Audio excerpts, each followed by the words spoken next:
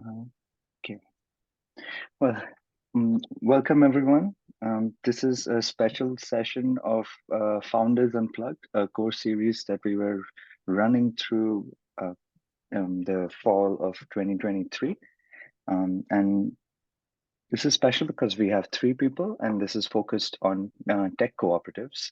So we're going to go through three different tech cooperatives based in the US, Brazil, and Argentina. And got to know about like how they got off the ground, how they sustain themselves, how they run, and what their bigger cooperative vision is. So we're very excited to start with Colleen from CoLab.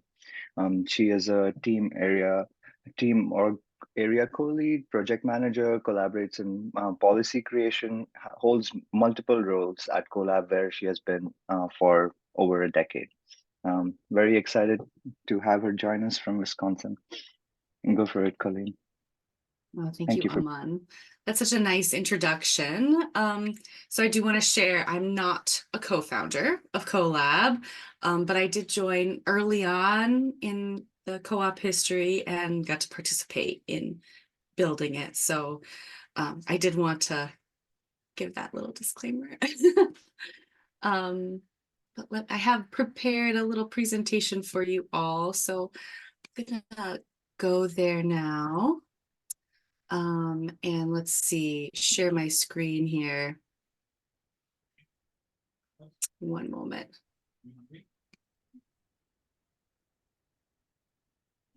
Okay.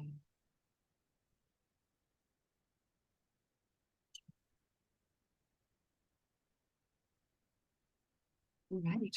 Okay. Let me know when you can see it. Can you guys see yeah? Okay, thanks so much.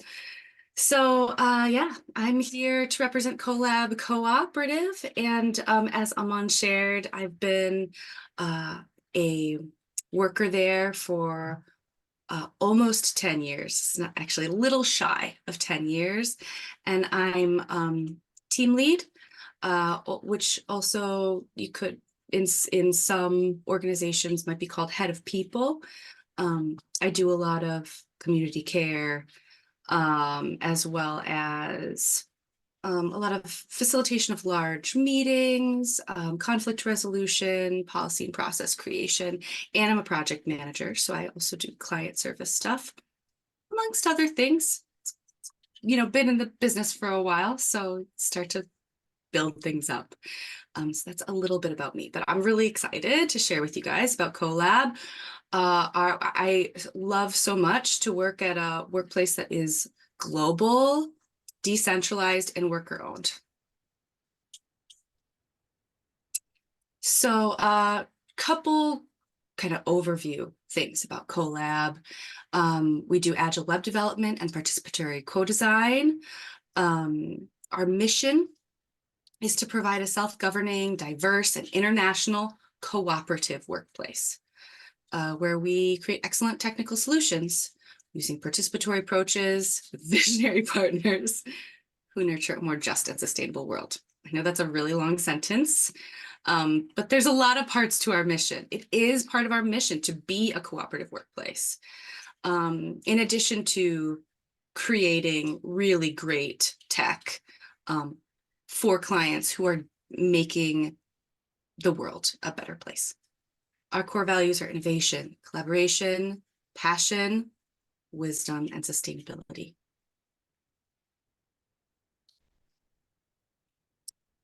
A little bit more about us. We were founded in 2010 and incorporated in 2011.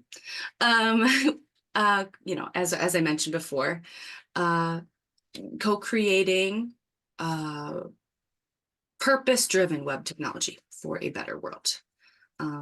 That part about taking on clients that are specifically making the world a better place and aligned with our values is really important to us. As important as being a really high-functioning cooperative workplace, a great place to work, where everybody has a voice and agency. We're a heart-driven organization. We put a lot of heart into the way that we approach our work. One of the things that our clients say about us, one of the pieces of feedback that we have been getting a lot that I think is most important to us is that we are excellent listeners. We listen deeply to our clients so that we can understand the needs underneath what they're saying, understand their problems in a deep way, so that we can find creative solutions to really meet essential needs, maybe that we just help them even discover. And you got to have heart to listen like that. So we bring our heart to our clients and our work, and we also are very heart focused in the way that we tend to each other. It's the kind of workplace where you never have to be scared to get sick, where we have, where we support your growth and give a voice to the community. We try to be a really great place to work. So our capabilities, what we offer to our clients, Drupal builds, technical strategy, architecture and planning, data migrations, systems integrations, mobile solutions, headless development and custom web applications, user experience, UX design and deep user research, and again, collaboration with integrity and heart. So we were founded by four folks, some of whom were developers, some were designers, all had the collective desire to use technology as a force of good in the world. Of our four founders, we only have one who's still with us. That's Ralph, who's in this photo here. He's all the way on the right side, or on the left side, excuse me, of the photo. It was built into the intention of the organization to create a workplace where people could follow their deepest dreams and needs, and that would actually support them in their larger lives, and their goals. So whether that be family or spiritual practice or musical passions or other artistic passions, this workplace was built to work with people in all our complexity and to support workers in their overall lives. And part of that is giving them agency and a voice in their workplace. So a conscious decision was made to form as a worker-owned co-op. In the early days, they didn't seek funders. And that again was, so that they could have more control, that they could have the agency, that they could have the say in what CoLab became. The workers drive it rather than, some kind of outside investors. So it was a totally bootstrapped approach. The investment was of time, a significant amount of time, securing clients, and then, doing initial builds and building from there. Right now, we have 29 folks on our team, folks we call CoLabbers. 18 of them are member owners, and we are expecting and hoping for another maybe 4 member owners this year, hopefully. In 2022, we updated our membership process by removing the buy-in, opening up the path to membership, which was a really exciting, important step for us. This is one thing that, if you're interested, I'd be happy to talk a little bit more about at the end of the presentation. Our membership journey and what membership has looked like throughout the past 10 years plus is interesting and maybe valuable to others who are opening their own co-ops. So our governance structure, CoLab is governed by a board of 7 member owners selected yearly through modified sociocratic process. We're actually just about to do our board selection for 2024. Be happy to share more about that if you guys are interested. And additionally, our organizational structure, well, it's a bit in transition from an org area structure, just a little bit more like traditional departments, each of which has a lead that sort of holds the goals and strategies of that element of the organization, and then has a team to support them. So it's not completely a flat hierarchy. There is roles and responsibilities and some light hierarchy in the org area structure. But we are moving to a more sociocratic structure, and that is a slow transition. Parts of our organization are operating more as sociocratic circles, and parts are still operating in the kind of the older model. Sociocracy is great because it prevents unhealthy power dynamics from being embedded in the governance and decision-making structure of the organization. It's about sharing power in healthy and effective ways. And yeah, I'd be happy to dig more into sociocracy if that interests you guys later. So some challenges that we are currently working on is budgeting for 2024. Budgeting is hard when you don't have a lot of money. We're doing better financially this year, and so our budgeting process is going much smoother than last year, for example. And that is so joyful. Yay. But yeah, that's active. And there's always hard decisions to be made in budgeting, right? And you have to be clear on your collective goals and strategies as an organization. And then make sure that those goals and strategies are aligning with your allocations. So we've been working on a budgeting process for a couple of years now that I think we're getting into the swing of, actually, at this point.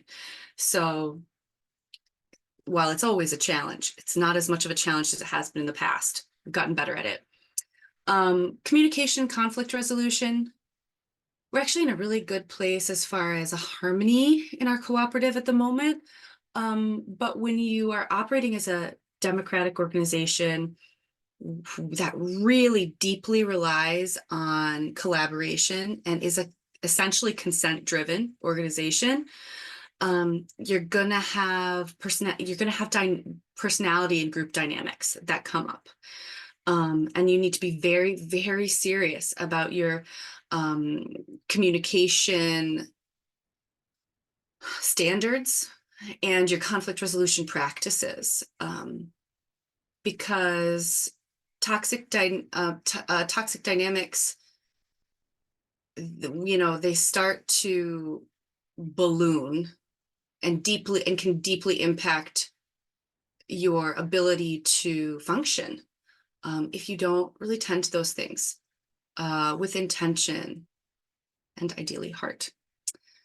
And then we're trying to transition our lead generation into inbound leads, basically really just investing more in our marketing. Successes, things that I feel proud of to talk to you about that CoLab has done.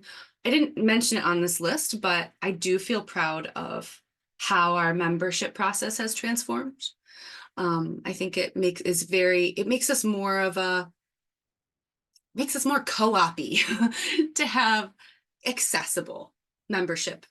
And I think it creates much more equity in the way that we have developed it. Another thing that I feel really proud of that I personally worked on is CoLab's rate standard. We know that, the tech industry in particular has some really stark pay inequality issues. And CoLab did not want to be part of that story. We wanted to find a solution to that problem, at least for us. And so we created a system in which we evaluate folks on as objective criteria as possible. And everyone, regardless of their skill set, is put in a level, and every level gets paid the same, no matter where you are around the world. The levels are just based on skill level and experience. But the levels are across all specialities. So you're not getting tech folks who are making 3 times the amount of the project managers that they're working right beside. And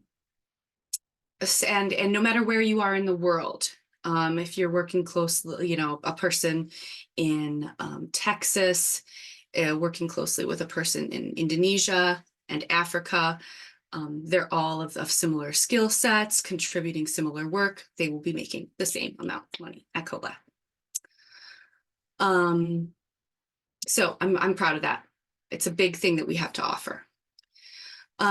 We also, as I mentioned, one of our successes is our great listening skills, and we invest in that. I have conducted, for example, active listening trainings, which help not only in our ability to communicate and govern together, but also really help us serve our clients in good and deep ways. Another success is that we have had some positive growth in our business development team. Basically we've been building our community and bringing in really brilliant, beautiful people into our professional community that have made really some strong impacts, especially in the past year and a half or so. We've been doing some really, really great growth. And successful in fostering a caring, heart-centered community. Yeah, we have a group of people who really care about each other, and they feel it, and it shows. Areas for future growth. This year, we are working to deepen our investment in innovation. We hope to continue to build the products that we have created, continue to invest in those products, and hope that they start generating some passive revenue for us, and maybe expanding and creating new product as well. Be happy to talk a little bit about the product that we have right now, if that's of interest to folks.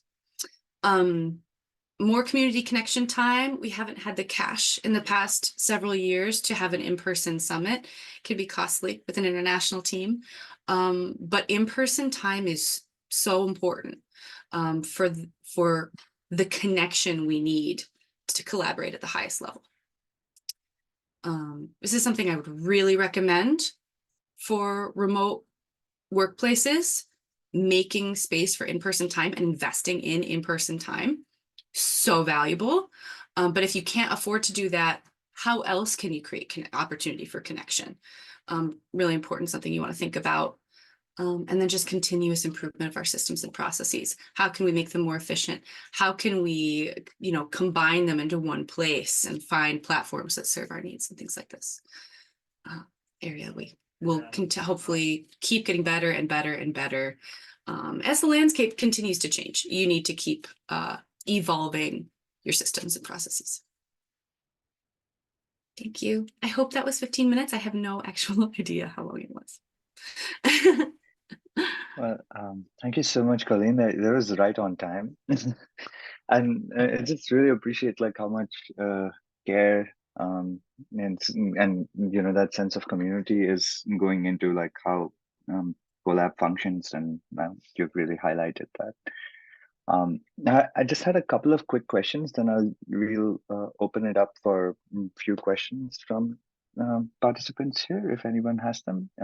My questions are one, about funding. Where were you able to secure funding from in the beginning, to get off the ground? And what the trajectory of challenges with regards to funding has been since CoLab has been active. The other is in regards to the government, if there is any, municipal government, state government, national government, programs or subsidies or any support that you have been able to access because CoLab is a worker cooperative? Yeah. Great questions. And I'm sorry, I missed the second one in the presentation. But as far as our initial funding, like what got us off the ground, it was really just that we found a couple clients and then a couple more and then hired a few people. And so we didn't have investors. We didn't, need to find, we're not a nonprofit, we didn't qualify for grants, things like that, and didn't seek them, didn't really need to, because we just went slow building up an initial client base, and dedicated a lot of free hours is what ended up happening there. But yeah, the benefits to doing it that way, I mean, there's downsides and benefits to doing it that way. One of the really strong benefits, when you get outside investment, you're then, depending on the investor, you need to give them input. You often need to show them certain kind of results. And maybe they're going to want you to make decisions that are more financially focused than what you want to do. It's especially likely if you're mission-oriented, values-based co-op. You don't want to be making your decisions based on what's going to make the most money for your investors all the time. And that they didn't want that. So they wanted to be, responsible to and accountable to each other. So they really just invested their time and found other people who were interested in building this thing, who were dedicated, who were interested in the cooperative movement and willing to take the risk, and kind of built from there. It was kind of at first like a network of renegade technology enthusiasts, idealists, who were just wanting to see if they could make it happen. So that's the answer to that question. And as far as the government question, we are C Corp, incorporated in Minnesota, and we have formal, employer relationships with 7 states, which I could name for you, but I don't need to because you're probably not that interested. But as far as like government funding or otherwise, or other, funding like that, I mean, we did get like COVID relief money and things like that, which was helpful through the, I think pretty much got us through the pandemic. But that's the thing that kind of comes to mind when you ask that question.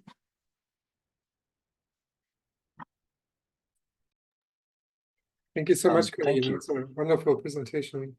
I had just a question. So you are structured as a C Corp and also a worker co-op, or how are you incorporated?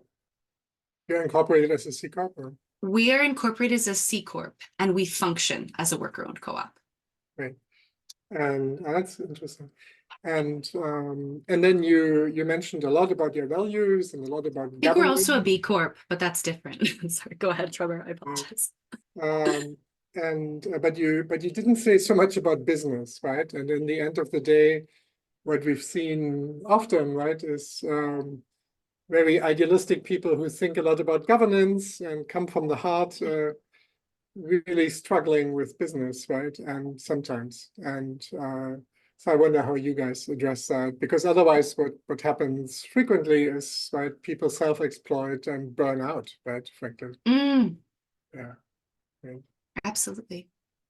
Well, we got a lot of help from the business side at the beginning. We partnered with Lyft Economy. And I think that they were kind of at the beginning of their business too. And they are in the business of helping, mission-oriented businesses get off the ground, cooperative and otherwise.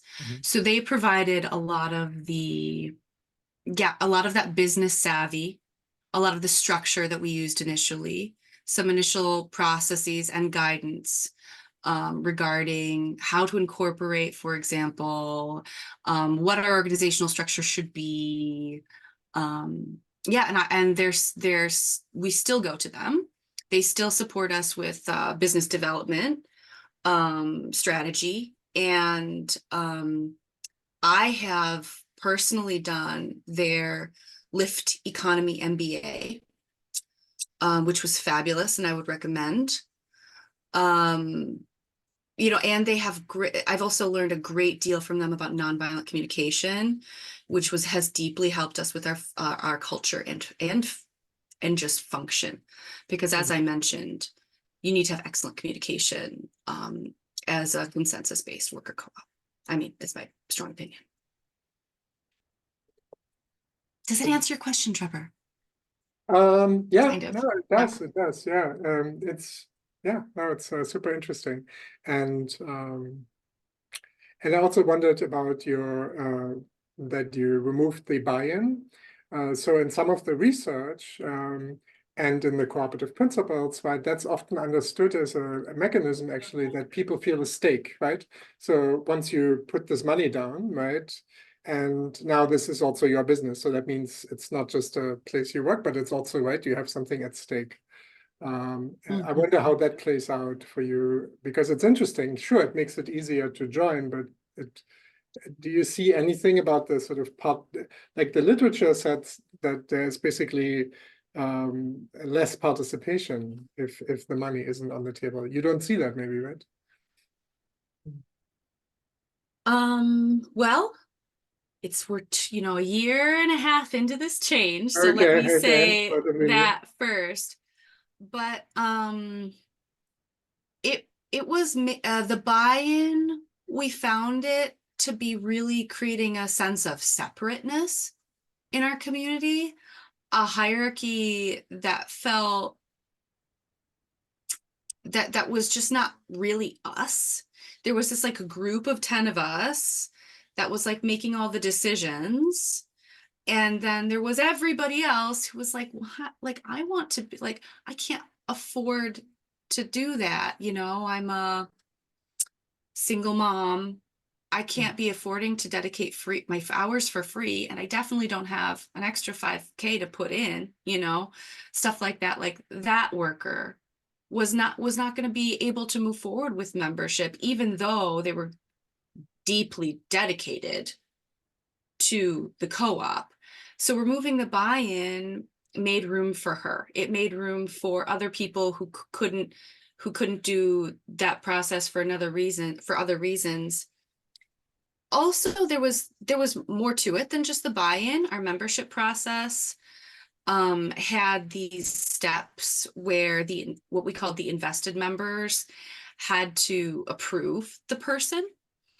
And there was just a lot of points at which it could just fall apart for somebody. That was just not good for our community. So we have found that since opening it up, people do have a sense, like more people have a sense that this is my company. I'm an owner. And we've got way more people who are able to raise their hand for the board. We are able to more fully access our workers' skill sets, and you know we're able to access them more fully. They're willing to put more of themselves in because it's theirs. And yeah, we're going to make less in the patronage at the end of the year, but we're a co-op. We want to share it. That's why we are a co-op. So far, we haven't found that there's less investment. We have found that we have more people whose value is being honored, who's you know, and are able to more fully dedicate themselves, more fully put themselves into their work, because they're not being kind of artificially held apart. But we'll find out if the literature's right. So far, I don't think so.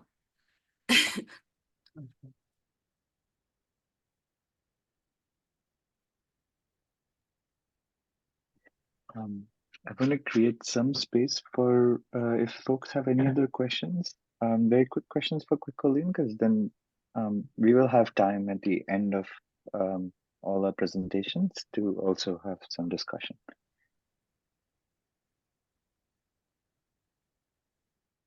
Is it okay if I? Yeah, jump Hey, in. Aman and Trevor. Long time. I have a question I have kind of like a numbers question. Hey, Colleen, thank you so much for your presentation.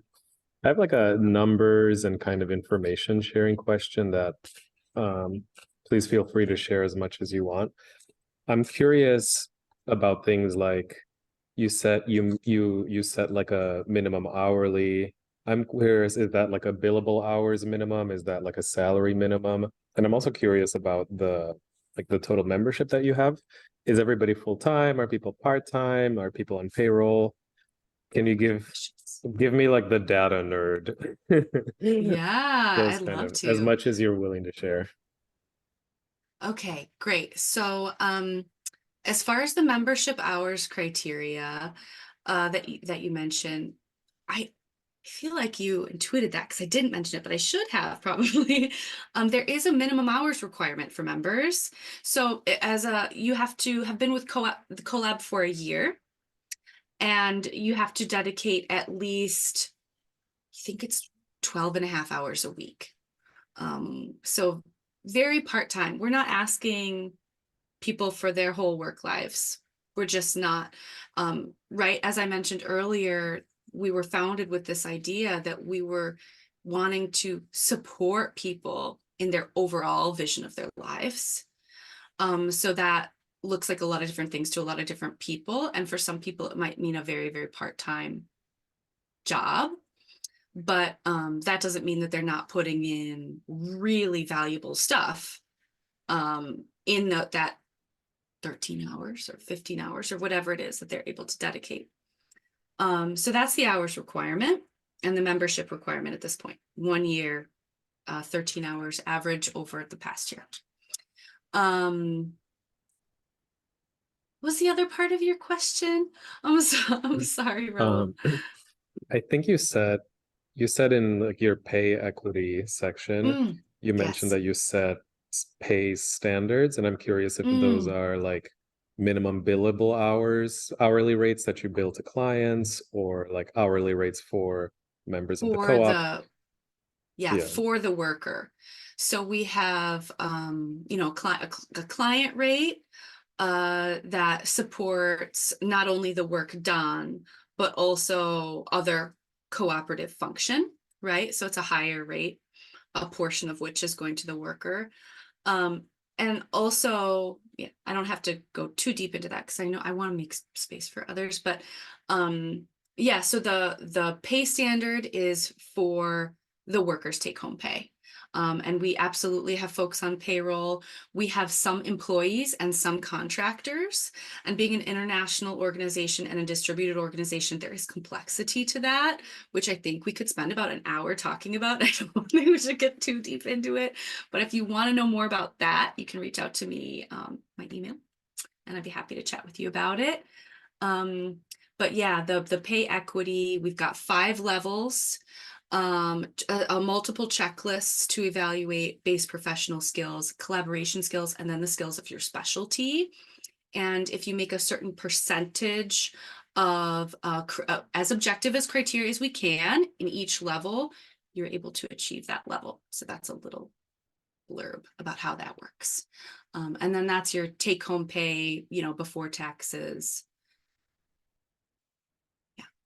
It's a little bit of, we do include a cost of living modifier. So Aman, for example, in New York City, in one of the most expensive places to live in the world, would get at CoLab a cost of living increase. It only goes up though. It doesn't go down if you're in a low cost of living place. And it's really only for the most expensive places in the world, New York City, Bay Area, that sort of thing.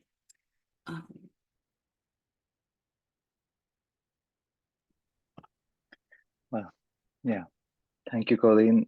There's just one quick question in the chat. If you can mention anything about the product you're working on that you mentioned earlier. but we have to be a bit quick so we can move on to the next presentation. We'll have time for more discussion at the end. Yes, it's what we call the Cube server cluster. It's basically just like our own, our DevOps team. Yeah, it's our own hosting platform. That's the short answer, and I'm probably not the best person to go into the details on it because I am not a member of our DevOps team, and the server structure and all the details around it obviously has a lot of complexity, but that's the product, is our own hosting platform. Oh, Thank you so really much, cool. everybody. Yeah. Look forward to hearing Thank you, about Colleen. other people's co-ops. Yeah.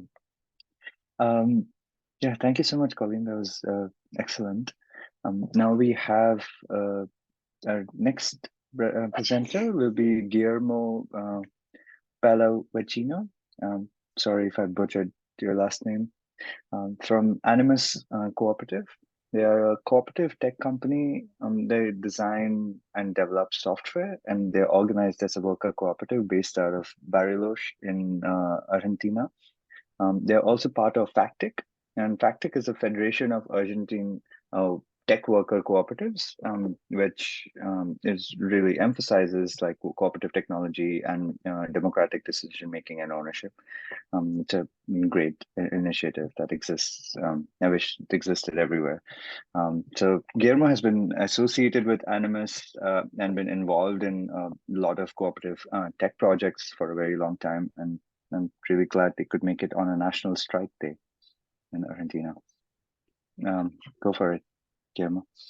Hi, everybody. Thank you for the invitation to this meeting. I will share my screen for a presentation.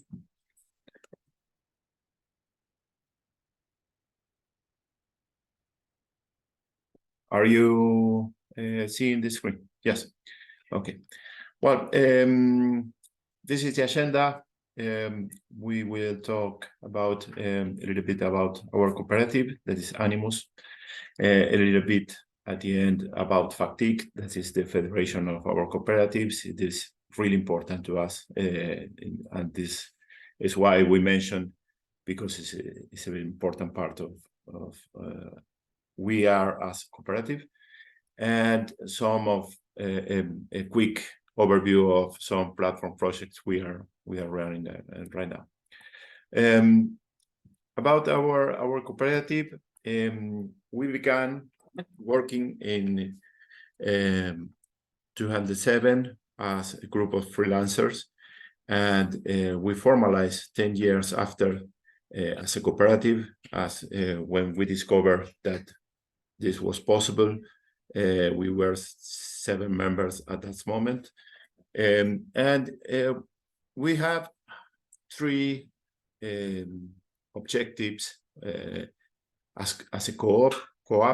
The first is the generation of profitable and sustainable employment for all the members of the co-op. Continuous learning in our industry. The knowledge obsolescence is a factor. I think in all knowledge related processes has impact. So we have always in mind to keep and update the members of the co-op updated, and the relationship with the community. For example, work with the social economy, with the public education sector, giving courses and training, and trying to spread the cooperativism along the schools and universities. We are located, as Aman says in the introduction, in Bariloche, in the Patagonia, in Argentina, at the south. Currently, we are 12 members, all of them co-op owners. and currently we are focused in software development. The cooperative is governed by a 3-people board. This is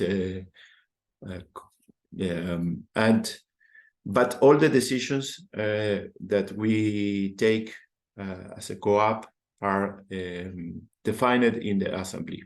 We have assemblies every 2 weeks, and all the issues we have some kind of organization with Kanban boards with issues to be taken, and all the decisions has to be approved by all members. This is a little bit for having all the members involved in the decisions, and we try not to vote, not to raise the hand to take the decisions, but to find consensus between all members.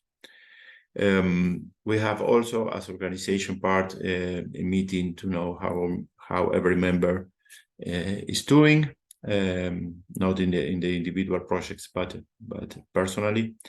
And the COPEX strategy is redefined at every 6 months. We have a 2 years plan and a 6 months reviews in which all the members of the co-op is involved in this planning. And we also try to build commissions, working commissions for certain for the specific topics that the members can join and discuss and propose solutions for the strategic plans. One of the present challenges we face, and mostly in our economics environment, is how to keep the cooperative profitable and all the members can have work and projects to work on. In the past, we have an approach that was projects from beginning to end, with a timeline, with a budget, and due to different situations, specifically economics in Argentina and the pandemics, was very hard to keep these projects going. We find that at the end of the project, we will lose a lot of money, and we cannot pay the members. So at the same time, during the pandemics, the salaries in the industry rise very, very hard, and that puts a pressure to keep our members. For example, we lost members that we were training for 4 or 5 years until they get a good seniority in programming, and this member were pulled off of the co-op, and we don't have any tool to retain them. That's take us to think how to prevent that the co-op lost the members and disappear. So we moved from the schema from project to staff augmentation, in which we sell hours of development in a fixed manner. Now we're working with customers in many countries, and this helped us a lot to sustain the co-op.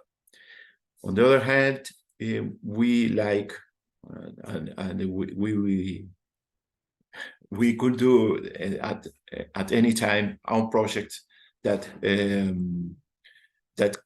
has some kind of impact in the society and in our communities, in our place, in our to help someone. So we are we have a mechanism to fund these projects with our incomes. giving time for developing some projects. Another challenge we are facing now is how to keep the enthusiasm and the collective process, the ideas, the innovation, the perception of the world in when we are remote. We born as a cooperative that we were all in the same place, and we, after the pandemic, we start to spread into the world. So there are members moving to other countries and other cities, and we are losing a little bit the daily connection between us. It's a process that this takes a lot. Cooperatives, especially comparing with enterprises or companies, cooperative is intensive in communication and giving space to members to express, to propose ideas, to dream, to bring your personal problems or personal dreams into the cooperative. Maybe the cooperative is an addition of all the members. In fact, the cooperative is just it's not anything physical. It's a virtual scenario in which converge all the ideas of the members and the expectation and the life, the point of view of the life of every member. So there is a lot of interaction that will be lost in this process of remotization. I don't know if the word is, and this day by day that routine office we are trying to replace with some kind of methodology and trying to learn from other cooperatives that are working around the world in a remote way. So trying to find out the same level of participation, of engagement that in the long term is that grow the cooperative. This is another chapter, if you can say. This is a project we do by our own. This is a Women National Convention. We develop an application for the organization, for update informations and messages, and we feel really free in way of thinking the application. It's nothing spectacular, but we try to respect the users, don't getting personal information or location or name, and developing an application that not allowed hate speech and the interaction is only positive. This is the kind of project we like to innovate and at the same time to learn some new technologies and at the same time give a solution to a collective that doesn't have access or fundings to develop an application. And at last, this is a place where we plan to build our office. Is a dream. Just like to share with you. We are planning to build an office there, a small office, but you are welcome anytime. Little bit about FACTTIC. FACTTIC is really important to us. We grow a lot, understanding and changing our minds that we are not isolated, and making some takes a lot. I work for a company from almost 25 years, and then moved to the cooperativism. I feel a lot of time there, but in any case, logics of capitalism crosses us in many levels and takes time to think in another way. And FACTTIC for our cooperative was very, very important. So I think I like to mention it a little bit if it's okay with you. FACTTIC is a collective of 30 co-ops in Argentina. We have 450 members. We met every 6 months in different places of Argentina, and the federation is working since 2012. The purpose of the federation is to help every cooperative between and create the network to impact the economy and to have some kind of new proposal in developing technology. We have an intercooperative model. I've closed it. For projects, this is how we approach projects in FACTTIC. We create intercooperative teams on customer requests, and we integrate colleagues from different cooperatives into one team. This is happening in many projects, and we have succeeded a lot with this, helping and prioritizing cooperatives that are in the worst economical situation. Cooperatives that has worse economical situation has preference to take new projects. This is how we do.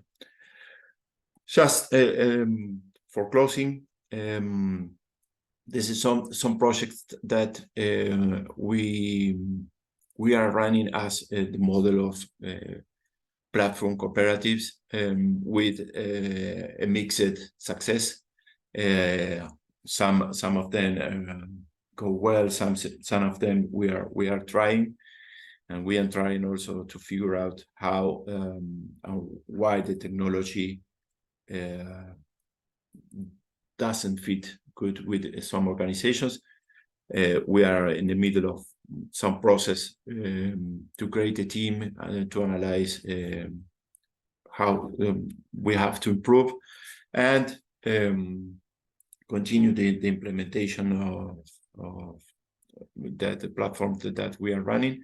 And also a problem for this kind of project is how to get funds to sustain the projects. But we are in this is relative new to FACTTIC, but we are moving.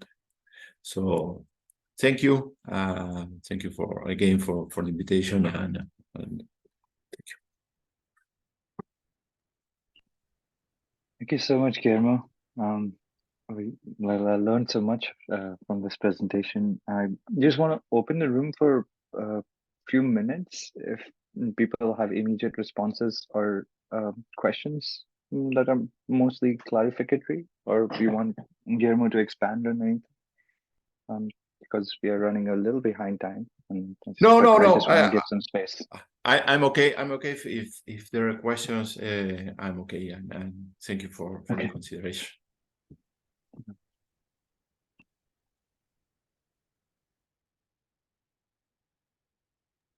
I have a question, Aman, and you. Yeah, go. Thank you.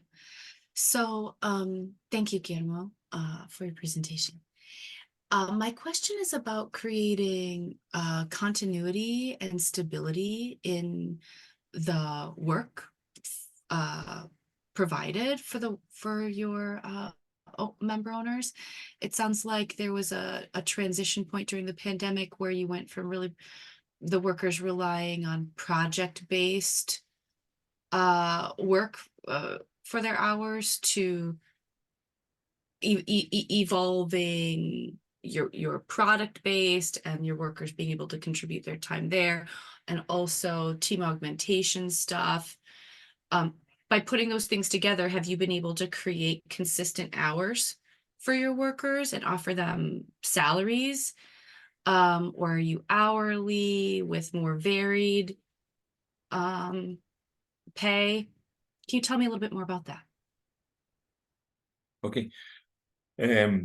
Well,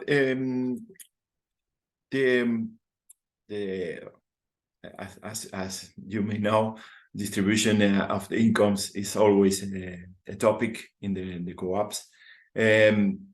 Mostly we have some different levels of not all the members in the cooperative works the same amount of hours. So there are persons working 4 hours, some others are working 7 or 8 hours. So the rate is hourly. So this can bring flexibility, and if someone is a little bit burnout or wants to rest a little bit or work a little bit more hours or less hours, this is possible. On the other hand, we have, as we pay the hour, we use a system like a timer that you start and stop. This is accounted to the project you are working on. And we have a buck, just to say, we divide the incomes in the cooperative and divide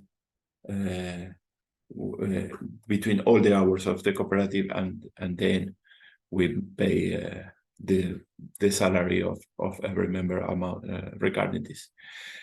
We have another issue that is related to there are projects that are more profitable, and there are technologies, niche technologies, strange languages that we are also working on, and there is a bonus mechanism for especially for retain the developers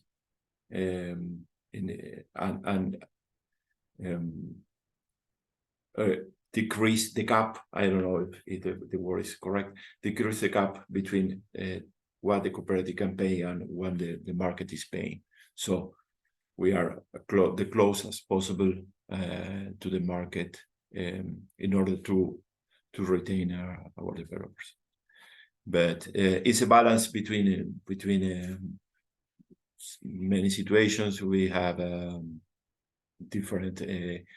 Also, there is an idea of and a moment in the personal lives of the persons. And sometimes there are young people that is trying to get a home, to buy a home, or to buy a land to build a home. So they are working a lot, and there are mothers that they decide to stay more time with their kids.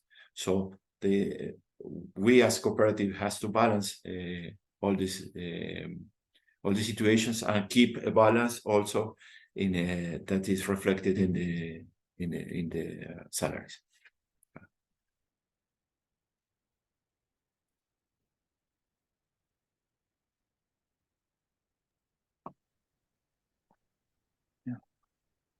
Thank you, Guillermo.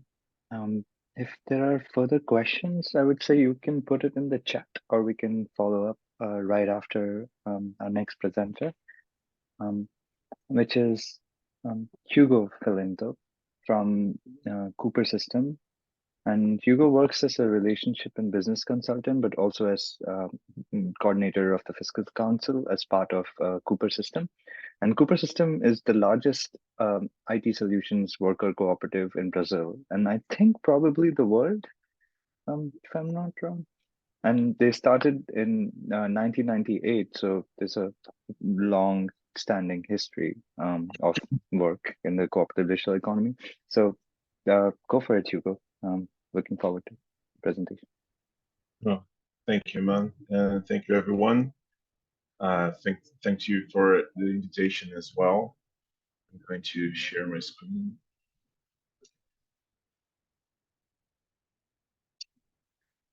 All right, so like Aman said, I'm Hugo.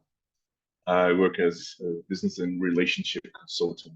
It's mostly in the commercial area that we have here in Coopersystem. Like my business here is to present our cooperative to potential clients and to have this relationship with our actual clients or in our base, so we can provide more services for them or renew our contracts. Is mostly of what I do here. We we are this worker cooperative as well in the technological sector.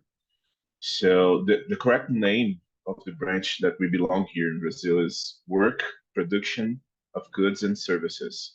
But in our case, we mostly provide services for, we don't have we developed one software that we provide as software as a services. So, but mostly we provide services that I will explain a little bit later for you. Like Aman said, we are the largest IT cooperative in Brazil. We operate mostly nationally, but we have some clients in other countries. And here in Brazil, the cooperative is almost base of the union of the group, like you all know.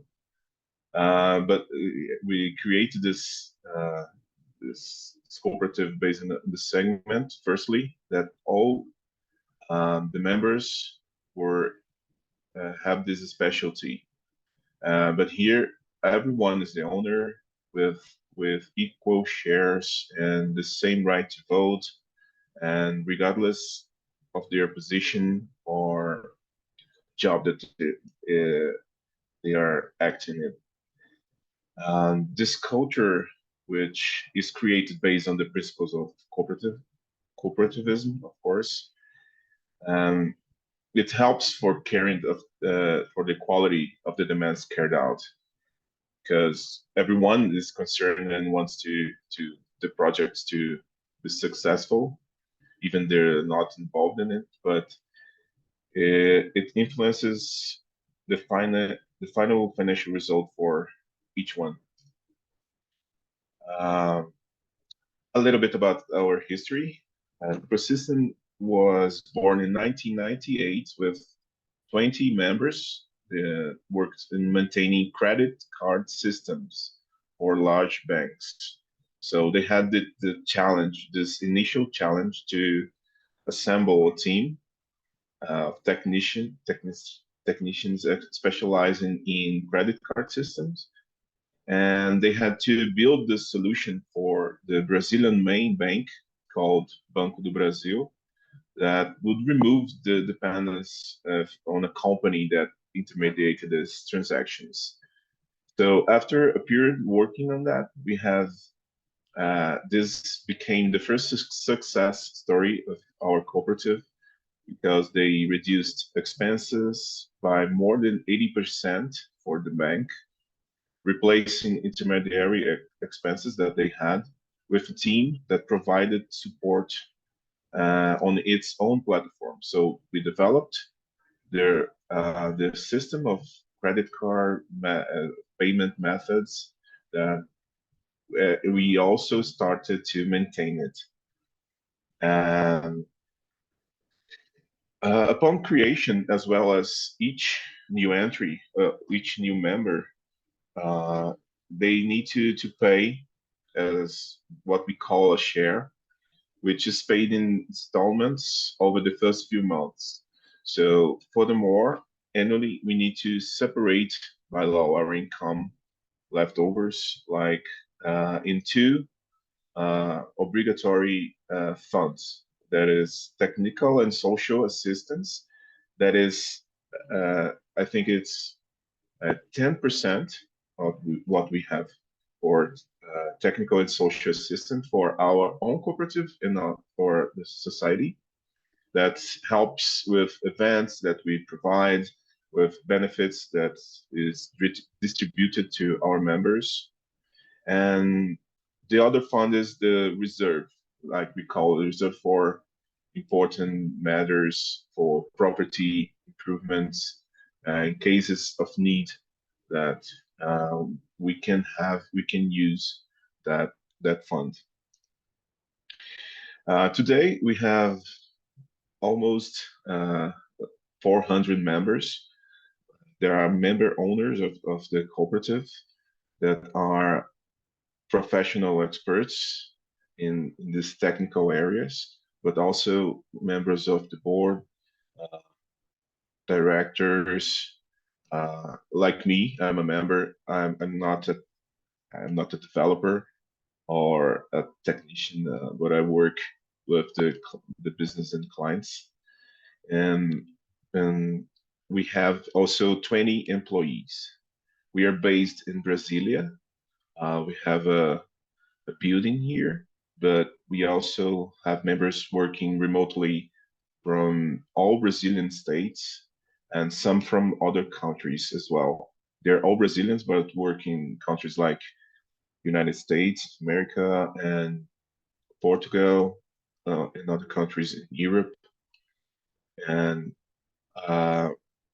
we also have, since we started, we also increased the range of technologies that we work, because firstly, like I said in that case that we started, it's mostly with I can say it's old programming language called COBOL. Maybe Guillermo knows. But now we work with a lot of other technologies, and we also have more clients that we served all over this our time of life. A little bit about our structure. First, like Guillermo said, the General Assembly is general. Actually, is general because it is sovereign. They decide what the main decisions about with their vote. We have 3 mandatory assemblies during the year, but the first one is where we make all the decisions that we elect our administrative council, sorry, and also that our fiscal council and ethics council. So the administrative council there are 6 members, a president, a vice president, and a secretary that has a 3 years mandate. And the fiscal council is also made by 6 members, but have only 1 year mandate, and the ethics council also 1 year mandate. And every year we have to elect a new council for fiscal, also in ethics. But the administrative council manages our board of directors that are 4 today. We have the administrative director, the financial, the technical, and the relationship and business director. This area, the relationship and business, is where I work, but where we have most of our members is the technical, because we have all the members that actually work for our clients. And we have the innovation department, the digital solutions factory, that's how we call our software factory, outsourcing software maintenance, and our quality managing office.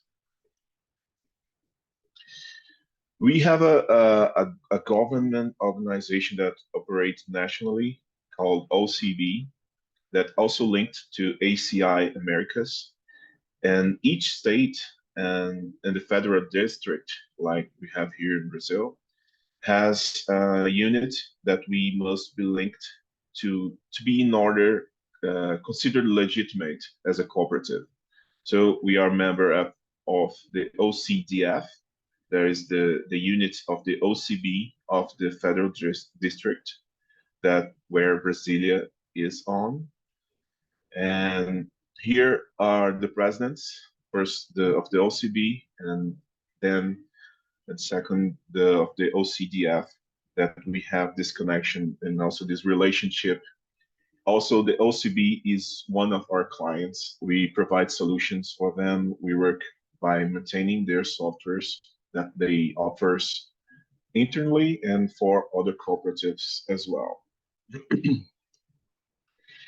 A little bit about our services. We do software and apps and analysis development and through two kind of service. First, on-demand projects, like they have a closed scope and have the beginning, the middle, and the end of the project. Or allocating members to work exclusively for clients, exclusive for a squad. And by all of this, we provide IT solution like on-demand software. This support can be by this for our workers that we provide for the squad exclusively for our clients. They can make evolutions and maintenance in legacy systems. Since we were born working for a bank, we offer banking integrations with software engineering system integration of banking products, because we work with a lot of companies that provide products for the main bank. And also business intelligence. We have engineer and analysts, big data engineers that work for organization management. All ownership of the code is an important thing that I want to add. All the ownership of the code, of course, generated by Coopersystem is contractually passed to the customer. So our clients is officially owner of the codes. Here some certification and awards that we have. Firstly, the MPS-BR is a maturity and quality software process certification that we pass through a lot of years evaluating our processes in software development and management. And we have this award that have, I think, 8 levels. We have the third the best, but we want to get better and have the level A. But now we have the level C, but we worked on it. Also, we have the ISO 27001. This is about information security and management system. And GPTW, Great Place to Work, that we have later last year. We also very proud. And the second best internship and training program that we have last year, up to 50 interns. That a program that we have here called Nexus, that we have to get students and get them to train in our technologies and also in cooperativism, so they can be prepared for the market to work with us or in another company. Here are some segments that we say that were impacted by our work, but the main segments that bring returns are insurance, credit cards, pension funds, because we have specialists in maintaining these banking products. It has been directly related to our core business since our inception.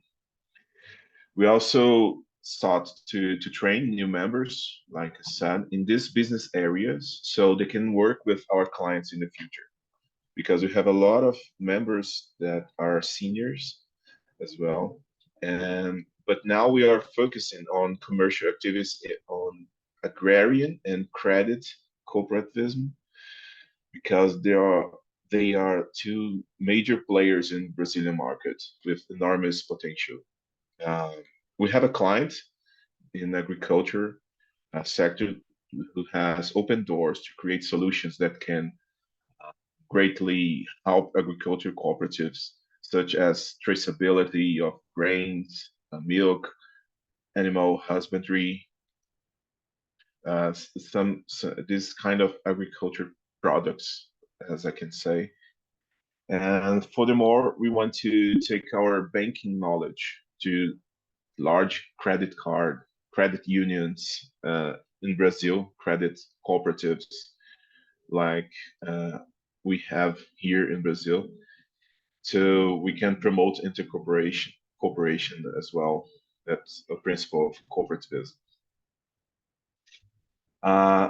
Just a little bit about the software that we developed here. It's called Curia. It is a platform for online assemblies. We provide mostly for cooperatives, but we have other kind of institutions. But it's basically made to elect and vote, and it is confidential and secure. We provide the result of the election immediately. We do not get the voting option that the members voted. They can register new proposals before voting.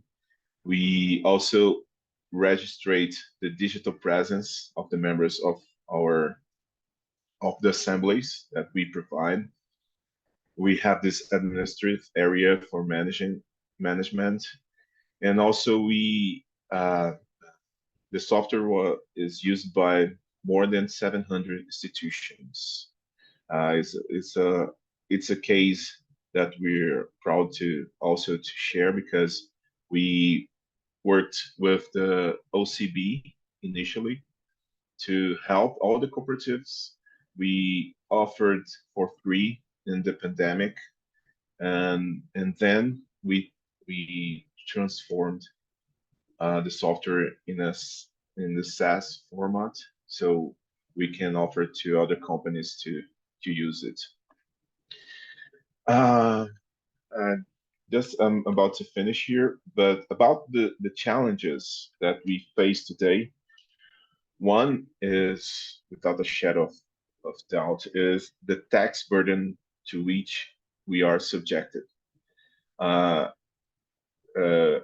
course, Brazil is worldwide known as the country of taxes, but some of them is against the constitutional maxim of promoting cooperativism here in Brazil. The OCB fights constantly to stop this, to help us, and recently we have some laws that has been analyzing some projects of law that are analyzed here in Brazil that probably will help a lot in it. And another challenge is the national market. I think, like Colleen said, I don't know if the same thing, but companies here in Brazil are reducing the funds dedicated to technology after this period of large investments that we have in the pandemic time.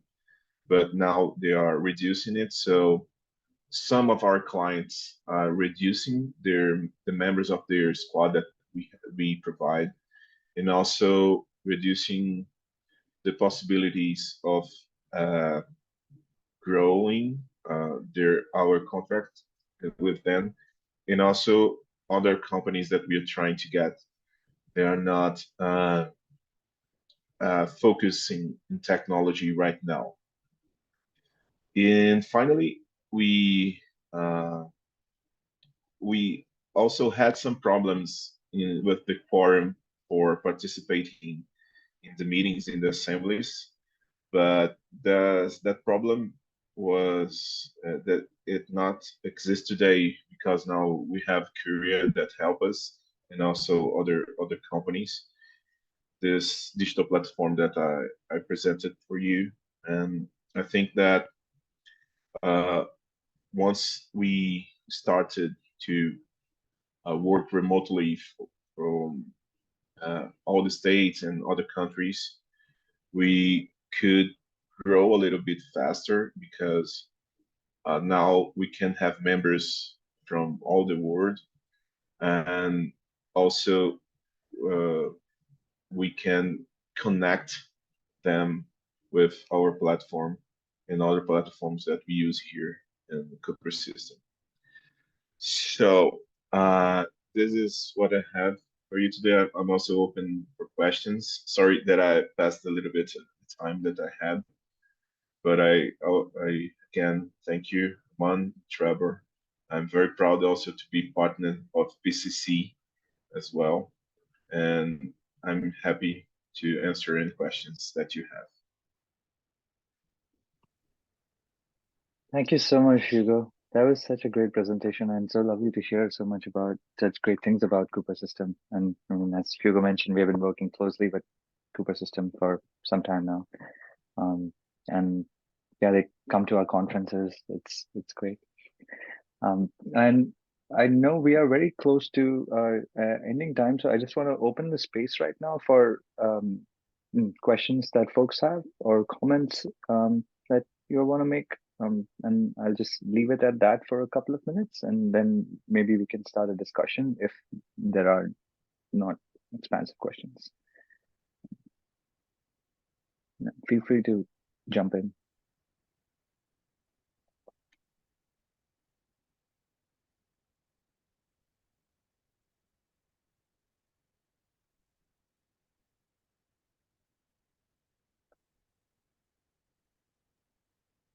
Well, just to say how impressed I was, not so much a question, but more just a testimonial maybe, right? Having visited Coopersystem was impressive, right? Like 3 floors of cooperative developers in like this huge sort of warehouse space, warehouse type space was impressive. So hadn't seen anything like that before anywhere in the world.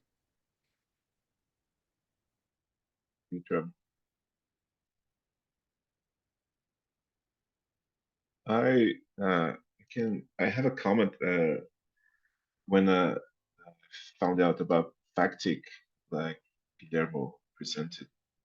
I also was amazed about this federation, and also is a topic that I asked Trevor for the next months that we could work with, because I think that in Brazil is we have potential to have a federation like that as well, because we have some tech co-ops here, and we also have areas that we do not work with, but other cooperatives work, and we can, like Demo presented, provide a squad that can help many clients, and also with this movement, we can have more cooperatives and make other cooperatives grow here in Brazil. So I think that we are going to make this first step,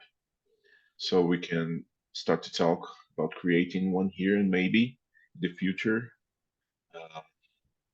create and be members of federation, and also the 2 federations from Argentina and Brazil work together to help the communities here in South America.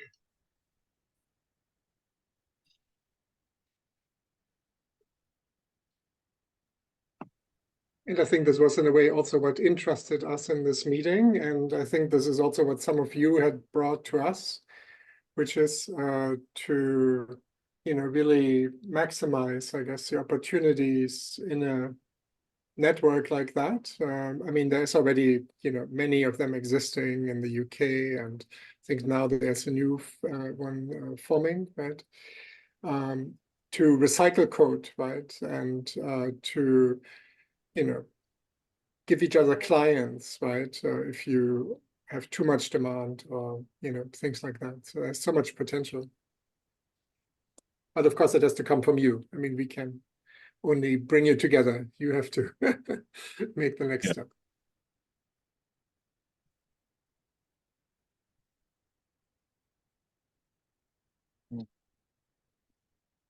Yeah, Guillermo had to drop off.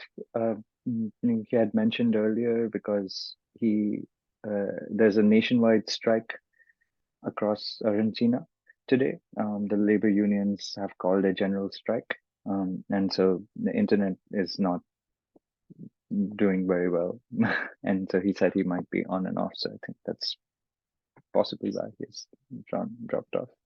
But well, we have 2 minutes to time, so I just want to open the space for Colleen and Hugo to have some last comments. And yeah.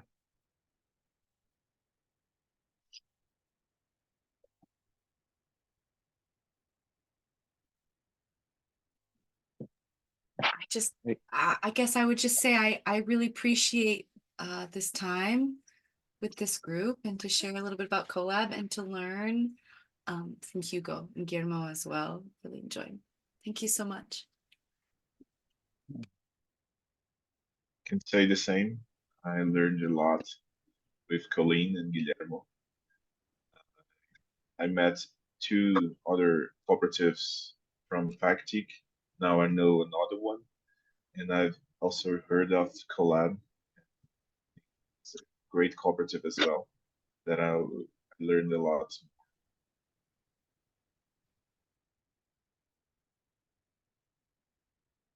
Well, thank you, Colleen, despite everything. And I want to thank Guillermo, who is not present right now. And thank you so much, Hugo.